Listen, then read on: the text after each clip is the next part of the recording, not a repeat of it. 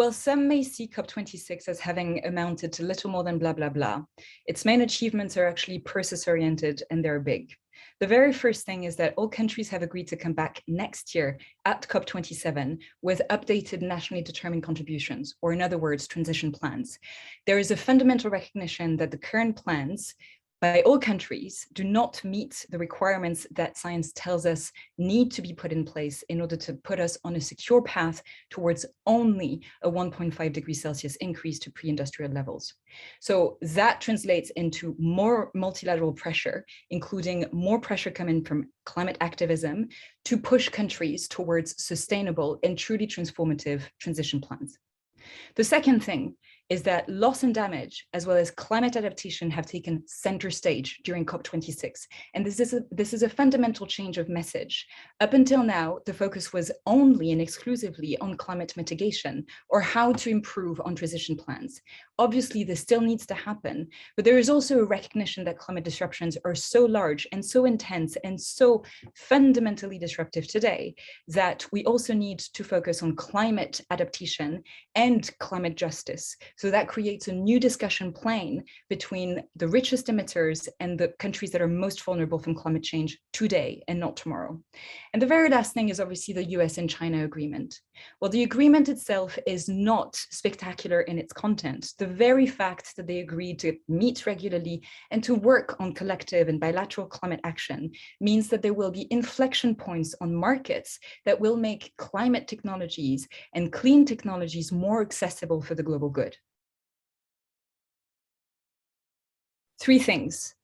First, the watering down of language on the phasing out of coal and fossil subsidies is by far the most dangerous slip in the Glasgow Agreement. The second thing is that trust between climate vulnerable countries and the richest emitters is growing increasingly fragile, and that needs to be monitored very closely. The third thing is that countries failed to come sufficiently prepared to COP26 regarding adaptation finance and mechanisms, as well as loss and damage conversations. The focus has been on mitigation, which is still incredibly important, considering the gap between what science tells us needs to happen by 2030 and what is actually being done. But there needs now to be a lot more mechanisms and a lot more effort in place to support the countries that are experiencing climate disruptions today. COP26 has represented a shift in focus in terms of climate diplomacy. We've shifted from having to raise ambitions to now having to implement ambitions, and this is the start of a new era regarding climate action.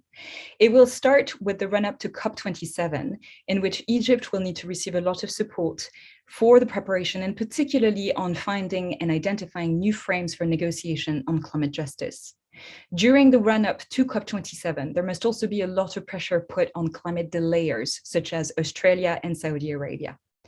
Then there must be a lot of work invested into the implementation of the side pledges that were agreed upon during COP26, such as on methane and on deforestation.